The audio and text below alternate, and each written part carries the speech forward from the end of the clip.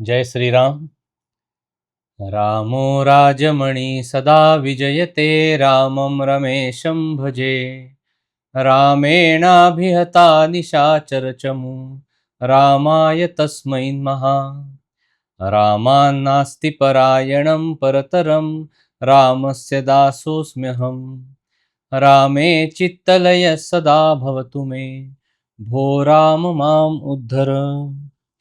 मनोजवं मारुततुल्यवेगं, जितेन्द्रियं बुद्धिमतां वरिष्ठं. वातात्मजं वानरयूथमुख्यं, श्रीरामदूतं शरणं प्रपद्ये. शुकासारिखे पूर्णवैराग्यजाचे, वसिष्ठापरी ज्ञानयोगेश्वराचे. कवी वाल्मिका सारिखा मान्य ऐसा, नमस्कार माझा सद्गुरु रामदासा. जयाचा जनी जन्मनामार्थ झाला, जयाने सदा वासनामात केला. जयांच्या मुखी सर्वदा नामकीर्ती, नमस्कार त्या ब्रह्मचैतन्यमूर्ती. सद्गुरुनाथ महाराज की जय. जय जय रघुवीर समर्थ. श्रीराम समर्थ. जय श्रीराम. सगळ्यांना माझा नमस्कार. आपण दर रविवारी समर्थांनी जे मनाचे श्लोक रचलेले आहेत त्यावर निरूपण सेवा करत आहोत. त्यांच्या कृपेने ती घडत आहे. आज 66वा श्लोक निरूपणासाठी आहे. तो श्लोक काय आहे हे आपण पहिल्यांदा बघूया आणि मग त्याचा अर्थ बघूया. नभे सार संसार हा घोर आहे, मना सज्जना सत्य शोधून पाहे. जनी विष खाता पुढे सुख कैचे, करी रे मना ध्यान या राघवाचे. जय जय रघुवीर समर्थ. श्रीराम समर्थ. काय सांगते समर्थ माऊली? नभे सार संसार हा घोर आहे. घोर म्हणजे काय? तर भयानक, भयप्रद, भयंकर. संसार म्हणजे प्रपंच. मना सज्जना सत्य शोधून पाहे. सत्य म्हणजे काय? तर हे प्रपंचाचं स्वरूप कसं आहे हे सत्य तू शोधून काढ, असं समर्थ आपल्याला सांगतायत, मनाला सांगतायत. जनी विष खाता पुढे सुख कैचे, करी रे मना ध्यान या राघवाचे. ध्यान म्हणजे काय? तर चिंतन, मनन, अनुसंधान. म्हणजे याचा सरळ अर्थ असा आहे की हे मना, हा संसार किंवा प्रपंच हा भयंकर आहे, भयप्रद आहे, भयानक आहे. त्याचं सत्य स्वरूप कसं आहे हे पहिल्यांदा तू शोधून काढ. जर एखाद्याने विष खाल्लं तर त्याला पुढे सुख लागेल का? तसंच ह्या भयानक अशा संसारातून पार होण्यासाठी हे मना, तू राघवाचं चिंतन कर, ध्यान कर, मनन कर.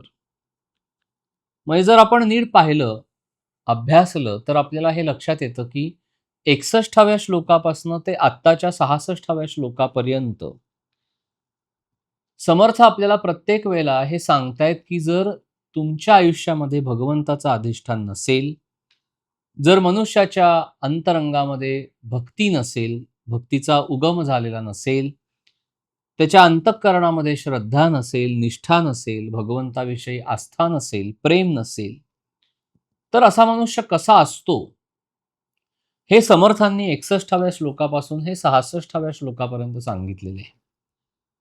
म्हणजे 61व्या श्लोकात समर्थ म्हणतात बघा की उभा कल्पवृक्षातळी दुःख वाहे.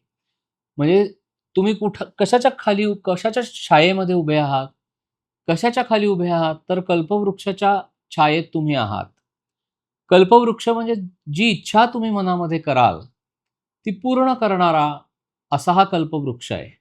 पण त्याच्या छायेमध्ये उभं राहून उभा कल्पवृक्षातळी दुःख वाहे. म्हणजे जो दुःखाचं चिंतन करतो त्याला दुःखच प्राप्त होते. ही सगळी अज्ञानी मनुष्याची लक्षणं आहेत. आपण मागच्या श्लोकामध्ये बघितलं की ज्याला भगवंताविषयीचं ज्ञान नाही तो अज्ञानी आहे. आणि जो अज्ञानी आहे त्याचं आयुष्य कसं असतं तर हे असं असतं की उभा कल्पवृक्षातळी दुःख वाहे किंवा जनी सज्जनी वाद हा वाढवावा. अज्ञानी मनुष्य सतत वादविवाद करत राहतो. संत सज्जनांबरोबर व्यर्थ चर्चा करून काहीही निष्पन्न होत नाही. पुढच्या श्लोकामध्ये म्हणजे 62व्या श्लोकामध्ये पुढे समर्थ काय सांगतात की ह्या वादविवादाच्या नादी लागल्यामुळे निजध्यास तो सर्व तुटोनी गेला. बळे अंतरी शोक संताप ठेला. म्हणजे जी व्यक्ती वादविवादाच्या मागे लागते त्या व्यक्तीचं अनुसंधान तुटतं. निजध्यास तो सर्व तुटोनी गेला. निजध्यास म्हणजे भगवंताचा जो ध्यास लागलाय, स्वतःच्या स्वस्वरूपाची जाणीव, अनुसंधान हे सगळं त्याचं नष्ट होतं. बळे अंतरी शोक संताप ठेला. शोक म्हणजे दुःख, संताप म्हणजे क्रोध.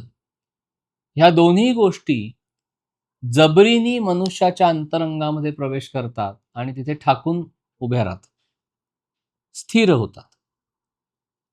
पुढच्या 63व्या श्लोकामध्ये समर्थ माऊली म्हणते की हरिबोध सांडोनी वेवाद लागे. म्हणजे काय की भगवंताविषयीचं जे ज्ञान आहे ते बाजूला सारून जी व्यक्ती अज्ञानी व्यक्ती व्यर्थ वादविवाद करते अशी करंटी व्यक्ती घरी कामधेनू असताना बाहेर ताक मागत हिंडते किंवा हाती इच्छिलेलं पूर्ण करेल असं चिंतामणी रत्न असताना काचेचे तुकडे मागत हिंडते. म्हणजे घरी कामधेनू पुढे ताक मागे किंवा करी सार चिंतामणी काच खंडे असं समर्थाने म्हटलेलं आहे की ही व्यक्ती करंटी कशी असते पहा की भगवंताचं ज्ञान, भगवंताच्या अस्तित्वाविषयी शंका घेऊन व्यर्थ चिकित्सा करून भगवंतालाच आयुष्यातनं बाजूला करतात, ते ज्ञान बाजूला सारतात. त्यांच्या आयुष्याला भगवंताचं अधिष्ठान नसतं. तर अशी व्यक्ती घरी कामधेनू आहे म्हणजे कुठल्याही इच्छा पूर्ण करणारी अशी ती गाय घरी असताना तो मनुष्य बाहेर ताक मागत हिंडतो. किंवा हाती चिंतामणी नावाचं रत्न आहे जे चिंतिलेलं देईल, जे सर्व चिंता हरण करेल असं रत्न हातामध्ये असताना तो काचेचे तुकडे मागत हिंडतो. तर त्याला तेच उदंड प्राप्त होतात असं समर्थ सांगतात. 64व्या श्लोकामध्ये समर्थ काय सांगतात की अशी जी अज्ञानी व्यक्ती आहे, जी हरिबोध सांडूनी वेवाद लागे, जी आत्मज्ञानाला, जी भगवंताच्या ज्ञानाला बाजूला सारते, त्या व्यक्तीची बुद्धी स्थिर राहू शकत नाही. म्हणजे अतिमूढ त्या दृढ बुद्धी वसेल. अशी व्यक्ती ही भोगविलासामध्ये मग्न असल्यामुळे तिच्या चित्ती राम वसत नाही. अति काम त्या रामचित्ती वसे. अशी व्यक्ती अतिशय लोभी असल्यामुळे तिच्या मनामध्ये सदैव क्षोभ असतो. अतिलोभ त्या क्षोभ होईल जाणा. आणि अशी विषयासक्त व्यक्ती तिच्या आयुष्यामध्ये भगवंताचं अधिष्ठान नसल्या कारणाने सदैव दैन्यवाण जीवन जगते. अतिविषयी सर्वदा दैन्यवाणा. बघा ही सगळी अज्ञानी माणसाची, म्हणजे ज्याने भगवंताला बाजूला केलंय, ज्याच्या आयुष्यामध्ये भगवंताचं अधिष्ठान नाही, ज्याच्या अंतरामध्ये भगवंताविषयीचं प्रेम नाही, आस्था नाही, निष्ठा नाही, श्रद्धा नाही, अशी व्यक्ती कशी असते ते समर्थाने सांगितले. आणि म्हणून समर्थ मागच्या 65व्या श्लोकामध्ये आपल्याला उपदेश करतात, मनाला उपदेश करतात की नको दैन्यवाणे जिणे भक्ती उणे. असं आयुष्य मला नको की ज्या आयुष्यामध्ये, ज्या जगण्यामध्ये परमेश्वराचं प्रेम नाही, परमेश्वराचं अधिष्ठान नाही, भगवंताविषयी कुठली श्रद्धा नाही, असं दैन्यवाणं म्हणजे हीन दर्जाचं दरिद्री असं आयुष्य जगणं मला नको. कारण अज्ञानी मनुष्याला अधिक तीव्रतेने दुःख भोगावं लागतं. अतिमूर्ख त्या सर्वदा दुःख दुणे, दुणे म्हणजे दुप्पट अधिक भोगावं लागतं. आणि म्हणून समर्थांनी मनाला असं सांगितलेलं आहे की हे मना तू आदराने, श्रद्धेने, निष्ठेने, प्रेमाने भगवंतावर प्रेम कर, त्याची भक्ती कर. धरी रे मना आदरे प्रीतिरामी. आणि ज्या ठिकाणी भगवंताचं अधिष्ठान नाही, ज्या ठिकाणी त्याच्याविषयी प्रेम नाही, अशा ठिकाणच्या वैभवाची तू लालसा मनामध्ये वासना ठेवू नकोस. नको वासना हेम धामी विरामी. म्हणजे ते अगदी सुवर्णाचं धाम म्हणजे राजवाडा जरी असला पण त्याच्यामध्ये राम नसला तर त्या ऐश्वर्याची, त्या वैभवाची सुद्धा तू वासना ठेवू नकोस. आणि आता या 66व्या श्लोकामध्ये समर्थ माऊली आपल्याला काय सांगतेय, की जर तुला रामाविषयी, जर तुला भगवंताविषयी प्रीती मनामध्ये ठेवायची असेल तर तू त्याची भक्ती कर. म्हणजे पुन्हा भक्ती मार्ग आचरायला सांगितलेला आहे. कारण भक्तीशिवाय हे जगणं दैन्यवाण आहे. आणि म्हणून हा संसार, हा प्रपंच जरी भगवंताने आपल्याला दिलेला असला तरी आपलं प्रमुख कर्तव्य काय आहे, की तो प्रपंच भगवंताला साजेसा असं करणं. म्हणजे ज्या भगवंताने आपल्याला प्रपंच दिला, ज्या भगवंताने आपल्याला संसार दिला, ज्या भगवंताने आपल्याला ह्या जगामध्ये जन्माला घातलं, त्याचं विस्मरण जर आपल्याला झालं तर आपलं जगणं हे दैन्यवाण आहे. त्याच्या स्मरणामध्ये, त्याच्या अनुसंधानामध्ये जर आपण राहिलो, त्याच्यावर भक्ती करत राहिलो, त्याच्यावर प्रेम करत राहिलो तर आपलं जगणं समृद्ध आहे. आणि म्हणून समर्थांनी आपल्याला भक्ती मार्ग आचरा असं सांगितलेलं आहे. कारण हा प्रपंच कसा आहे, हा संसार कसा आहे, हे सांगताना समर्थ पहिल्या चरणामध्ये काय सांगतात, की नव्हे सार संसार हा घोर आहे. घोर म्हणजे भयानक, भयप्रद, भयंकर आहे हा. मना सज्जना सत्य शोधूनही पाहे. म्हणजे हे मना, तू शांतपणे बस, विचार कर, चिंतन कर आणि सत्य काय आहे हे शोधून काढ. म्हणजे महाराज म्हणतात तसं, की प्रपंच हा मिथ्या आहे. तो कोणाचाही सारखाच आहे. म्हणजे तो असत्य आहे. म्हणजे महाराजांनी एक छान उदाहरण दिलंय, की 2 छोट्या मुली भातुकली खेळत होत्या. आता जी गरिबा घरची मुलगी होती, अर्थात तिने पोळ्या आणि गुळांबा केला भातुकलीमध्ये. आणि जी श्रीमंता घरची मुलगी होती, ती श्रीमंता घरची असल्यामुळे तिने श्रीखंड आणि बासुंदी केली. आता प्रपंच मिथ्या कसा आहे, तर गरीब मुलीने जरी गुळांबा पोळी केलेली असली तरी तिची पोळी किंवा गुळांबा पोट भरायला जसा उपयोगी नाही, तसं श्रीमंत मुलीनी भातुकलीमध्ये जरी श्रीखंड आणि बासुंदी केलेली असली तरी ते श्रीखंड सुद्धा पोट भरायला उपयोगी नाही, असा आपला प्रपंच आहे. म्हणजे प्रपंचाचं स्वरूप कसं आहे, तर तो एखाद्या मिठाच्या पोत्यासारखा आहे. मिठाचं पोतं कितीही धुतलं तरी त्या पोत्याचा खारटपणा जात नाही. तसं आपल्या प्रपंचाचं स्वरूप आहे. आपण कितीही आटोकाटीने तो करण्याचा प्रयत्न केला तरी तो मुळातच असत्य आहे. तो मुळातच अपूर्ण आहे. तो कधीही पूर्ण होणार नाही. तुमच्या मरणाच्या क्षणापर्यंत तो अपूर्णच आहे. तुम्हाला समाधान कधीही मिळू शकत नाही. समाधान फक्त त्या व्यक्तीला मिळेल जी व्यक्ती आयुष्यभर भगवंताच्या उपासनेमध्ये राहते, जी व्यक्ती आयुष्यभर भगवंताच्या साधनेमध्ये राहते, भगवंताला समर्पित होऊन राहते. त्याच व्यक्तीला मृत्यूच्या समयी समाधानाने इथून जाता येईल. नाहीतर आपल्या सगळ्यांचा जीव प्रपंचामध्ये आजही अडकलेला आहे. आपण कितीही म्हटलं, की माझा प्रपंच आता पूर्ण झालेला आहे. आता माझ्या प्रपंचात सगळं काही आहे. पण तरीही मनामध्ये कुठेतरी ही भावना शिल्लक उरतेच, की आत्ता जे सगळं भौतिक सुखाचं, वैभवाचं माझ्या प्रपंचामध्ये आहे, ते माझ्या आयुष्याच्या शेवटच्या क्षणापर्यंत असंच मला मिळत राहावं. त्यामुळे प्रपंचाचं रूपच असं आहे, की तो कधीही पूर्ण होत नाही आणि तो सत्य नाहीये. मग प्रपंच हा गरिबाचा असो, प्रपंच हा श्रीमंताचा असो, प्रपंच एखाद्या अधिकारी माणसाचा असो, म्हणजे वरिष्ठाचा किंवा एखाद्या कारकुनाचा असो, महाराज म्हणतात तो या देशातला असो, तो परदेशातला असो, तो सगळीकडनं एकसारखाच आहे. म्हणजे प्रपंचाचा धर्म, जो उणेपणा किंवा अपुरेपणा, तो तसाच असतो. महाराज म्हणतात की 5 जण मिळून प्रपंच बनतो, त्यात प्रत्येक जण स्वार्थी आहे. तर मग खरं सुख एकट्यालाच मिळत नाही. प्रत्येक मनुष्य हा त्याच्या प्रपंचामध्ये कुठेतरी तडजोड करून राहतो. तशा अर्थाने तो दुःखच भोगत असतो. कारण प्रपंच आपण जर बघितलं तर तो सर्वसमावेशक नाहीये, तो आकुंचित आहे आणि म्हणून तो तापदायक आहे. तो अपूर्ण आहे, तो मिथ्या आहे. या संसाराचं म्हणजे प्रपंचाचं किंवा या भवाचं वर्णन करताना आद्यशंकराचार्य काय म्हणतात, की दुष्पारे भवसागरे जनी मृती व्याध्यादी दुःखोत्कटे घोरे पुत्र कलत्र मित्र बहुल ग्राहा करे भी करे. कर्मोत्तुंग तरंग भंग निकरै राकृष्यमाणो मुहुर यातायात गती भ्रमेण शरणम किंचिन्न पश्याम्य. म्हणजे काय की हा भवसागर तरुण जायला अतिशय अवघड आहे. तो इतका अवघड आहे की त्याच्यामध्ये जन्म, मृत्यू, व्याधी अशा उत्कट दुःखांनी तो भरलेला आहे. आपल्या घरातली माणसं, मित्रपरिवार, आप्तेष्ट ह्यांना शंकराचार्यांनी मगरी आणि सुसरी असं रूपक योजले. म्हणजे मगरी किंवा सुसरी त्यांच्या भक्ष्याचा घास घेण्यासाठी जशा टपून बसलेल्या असतात, ती उपमा दिलेली आहे. अशी सगळी लोकं आपल्या आजूबाजूला असतात.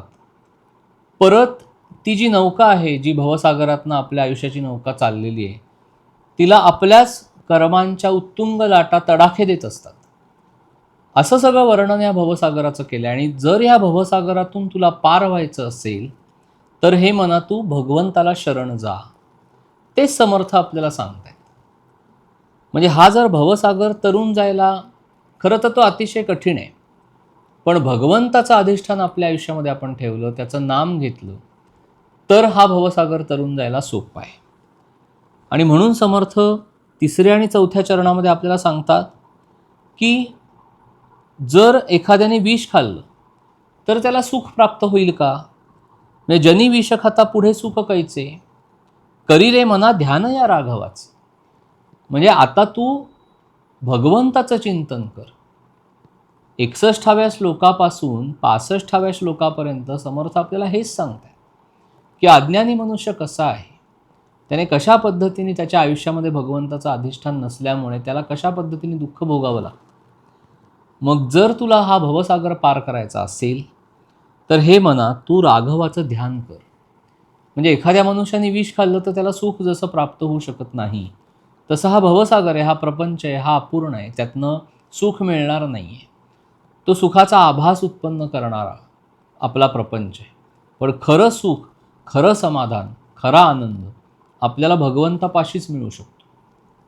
आपण प्रपंचामधनं सुख शोधायला जातो, पण प्रपंचाचं स्वरूपच मूलतः दुःखमय असल्यामुळे जो आनंद आपला विषयावर अवलंबून आहे, तो विषय भोगून संपला की तो आनंद मावळतो. आपल्याला त्या विषयातून खरं सुख मिळत नाही. कारण विषयामधनं जो आपल्याला आनंद मिळतो तो शेवटी इंद्रियांवर अवलंबून असतो. उद्या इंद्रिय विकल झालं तर आपल्याला आनंद मिळेल का? जर आपल्याला कोणी सांगितलं की उद्या तुमचा मृत्यू होणार आहे, तर आज श्रीखंडपुरी खायला दिली तर ती गोड लागेल का? म्हणजे आपला जो सगळा आनंद आहे, आपलं जे सगळं सुख आहे, ते विषयावर अवलंबून आहे. आणि म्हणून महाराज काय म्हणतात की कडू कारले किती साखरेत घोळले तरी नाही गोड झाले, तैसे विषयात सुख मानले दुःख मात्र अनुभवास आले. म्हणजे कारलं कडू असतं, ते कितीही आपण साखरेमध्ये घोळलं तरी ते गोड होत नाही. तसं प्रपंच हा मूलतः दुःखमय आहे, सुखाचा आभास आहे. आपण सुख शोधायला जातो, पण अंती आपल्या वाट्याला दुःख येतं. म्हणजे तो संसार सुखमय वाटतो, आपण तो अतिशय आटोकाटीने सुखाचा करण्याचा प्रयत्न करतो, पण प्रत्येक वेळेला आपल्याला कुठे ना कुठेतरी दुःख भोगावं लागतं. कुठेतरी आपल्याला तडजोड करावी लागते आपल्या प्रपंचामध्ये. आपल्या मनासारख्या गोष्टी घडत नाहीत आणि आपल्याला प्रत्येक वेळेला तशा भावनेला आपल्याला सामोरं जावं लागतं. म्हणजे मनुष्य सुखासाठी धडपड करतो, पण अंती दुःखमय अशा विषयाची तो कास धरतो. म्हणजे प्रपंचातलं जे विषय सुख आहे ते खरं सुख नाही आहे, तो आभास आहे. आपण प्रपंचामध्ये कितीही कष्ट उपसले तरी दुःखच पदरात पडतं. म्हणजे महाराज म्हणतात की प्रपंचासाठी जेवढे कष्ट घेता त्याच्या 1/4 जरी कष्ट भगवंत प्राप्त व्हावा म्हणून घेतले तर लगेचच आपल्याला भगवंताची प्राप्ती होईल. पण आपला तेवढा विश्वास नसतो. म्हणून प्रत्येक वेळेला संतांना आपल्याला हे सांगायला लागतं की करी रे मना ध्यान या राघवाचे, की तुला जर या भवसागरातनं पार व्हायचं असेल तर तू रामाचं ध्यान कर, म्हणजे भगवंताचं चिंतन कर. त्याच्याशिवाय तुला खरं सुख, खरा आनंद, खरं समाधान प्राप्त होणार नाही. कारण आज आपला सगळ्यांचा आनंद हा विषयावर अवलंबून आहे. पण विषय असे आहेत की आपल्याला ते चटक लावून जातात, एक आपल्यापासून तरी दूर जातात, किंवा आपल्या मृत्यूच्या वेळेला आपल्याला हे जग सोडून जेव्हा जावं लागतं तेव्हा आपल्याला सगळ्या गोष्टी भौतिकातल्या सगळ्या इथे ठेवूनच जावं लागतं. म्हणजे एकतर विषय आपल्याला सोडून जातात किंवा आपल्याला विषयाला सोडून जावं लागतं. इंद्रिय विकल झाली की ते सुख देऊ शकत नाहीत. म्हणून करुणाष्टकामध्ये समर्थ काय म्हणतात की विषयजनित सुख हे सौख्य होणार नाही. तुझं विण रघुनाथा वोकटे सर्व काही. सुख सुख म्हणत आहे दुःख ठाकून आले. भजन सकळ गेले चित्त दुश्चित्त झाले. भ्रमित मन कळेना हित ते आकळेना. परम कठीण देही देहबुद्धी गळेना. म्हणजे आज अशी आपली अवस्था आहे की सुखाची आशा करावी तर दुःख ठाकून आले. भजन सकळ गेले. आपल्या आयुष्यातनं आता भजन म्हणजे भगवंताची उपासना, साधना, ते सगळं आपल्या आयुष्यातनं निघून गेलेलं आहे. त्यामुळे चित्त दुश्चित्त झालंय. आज आपल्या चित्तामध्ये स्थिरता नाही. आज आपल्याला सौख्य नाही. आज आपल्याला कुठलंही समाधान नाही. आपल्याला सुख नाही. भगवंताकडनं येणारा थेट आनंद आपल्यापाशी नाही आहे. भ्रमित मन कळेना. आज आपल्या सगळ्यांची अवस्था भ्रमिष्ठासारखी झालेली आहे. हित ते आकळेना. माझं हित कशात आहे. मागच्या श्लोकामध्ये सांगितलं ना समर्थांनी की सत्य काय आहे हे शोधून काढ. हित ते आकळेना. परम कठीण देही देहबुद्धी गळेना. आज आपण सगळेजण देहबुद्धी घेऊन जगतो. मग भगवंत कसा प्राप्त होणार आपल्याला. आणि म्हणून चौथ्या चरणामध्ये या दुःखमय अशा प्रपंचातनं पार होण्यासाठी, संसारातून पार होण्यासाठी भगवंताचं चिंतन करा असं समर्थ सांगतात. आणि हे सूत्र सांगताना समर्थ या श्लोकामध्ये असं म्हणतात की नव्हे सार संसार हा घोर आहे. मना सज्जना सत्य शोधूनी पाहे. जनी विष खाता पुढे सुख कैचे. करी रे मना ध्यान या राघवाचे. जय जय रघुवीर समर्थ.